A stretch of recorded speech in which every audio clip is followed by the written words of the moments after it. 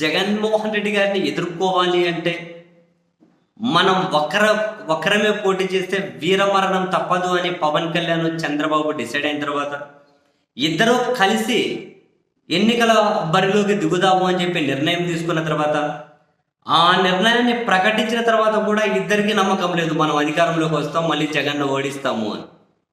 ఇద్దరు అభద్రతా భావంలోనే ఉన్నారు, ఆందోళనలోనే ఉన్నారు, భయంలోనే ఉన్నారు.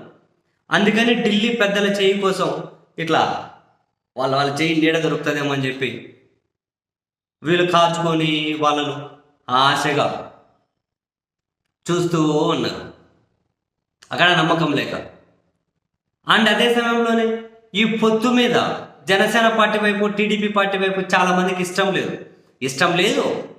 ఒక్కరు ఎన్నికల గోదాలో దిగలేరు, ఇంకా అది వర్ణనాతీతం. సో అందుకని ఫస్ట్ నుంచి జనసేన పార్టీ వాళ్ళు ఏం చెబుతూ వస్తున్నారు, పవన్ కళ్యాణ్కు సీఎం చేయాలి, పవన్ కళ్యాణ్కు పవర్ షేరింగ్ ఇవ్వాలి, మాకు సగం సీట్లు ఇవ్వాలి, మాకు 3వ వంతు సీట్లు ఇవ్వాలి బాబో. ఇట్లా చెప్పిన వాళ్ళు మామూలుగా కాదు.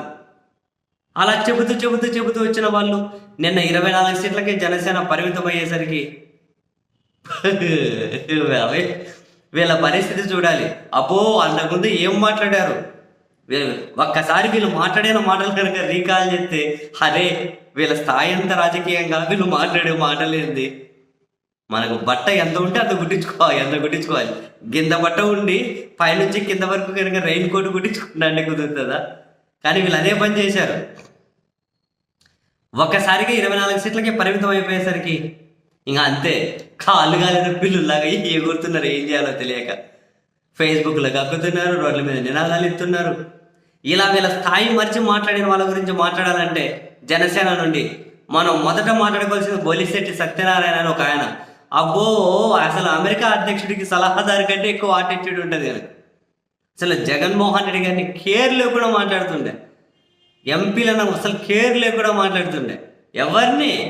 అబ్బో అసలు నేను చాలామందిని అడిగాను అసలు ఏంది అన్న ప్రొఫైలు, నిజంగానే ఏమన్నా అమెరికా అధ్యక్షుడిగా, రష్యా అధ్యక్షుడిగా సలహాదారుడిగా పనిచేసి వచ్చాడా అని.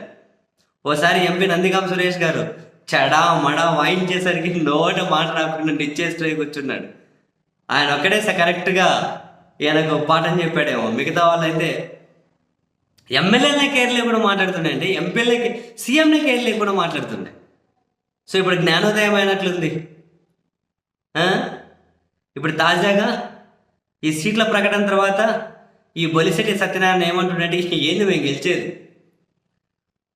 24 సీట్లు అయితే ఎట్లా గెలుస్తుంది, కూటమి గెలవదు, మళ్ళీ జగనే సీఎం అవుతాడు. పవన్ కళ్యాణ్ కొన్ని 24 సీట్లు పెంచి పవన్ కళ్యాణ్కు అధికారంలో కనుక వాటా ఇవ్వకపోతే గాలి కొట్టకపోతాం. 24 సీట్లు జనసేనకి ఇచ్చినవి 40 సీట్లకు పెంచాలంట, అయినా జగన్ మీద గెలవలేరట. పవన్ కళ్యాణ్కు అధికారంలో అయినా భాగం అంటే అప్పుడు అంటే పవన్ కళ్యాణ్ కనుక కొన్ని రోజులు ముఖ్యమంత్రి చేయాలని 40 సీట్లకు పెంచి ఆయనను కూడా ముఖ్యమంత్రి చేస్తామన్నా అంటే అప్పుడు ఓట్ల బదిలీ అనేది సక్రమంగా జరుగుతుందట. అప్పుడు జగన్మోహన్ రెడ్డిని ఓడించగలుగుతారట. లేకపోతే ఆయన ముందు వీళ్ళు గాలి కొట్టకపోతారట. ఆయనే అంటుడు, మనకేం తెలుసు గాలికి ఏంది కొట్టేది, గెలిచేదేంది. కూటమి గెలవనే గెలవదు. గెలవాలంటే జనసేనకు 40 సీట్లు పెంచి పవన్ కళ్యాణ్ ముఖ్యమంత్రిగా కూడా చేయాలి. అప్పుడు ఏమన్నా ఆశ ఉంటుందట, లేకపోతే కొట్టకపోతారట. నేను సాధ్యం కానివన్నీ ఏదో ఒకటి చేయండి.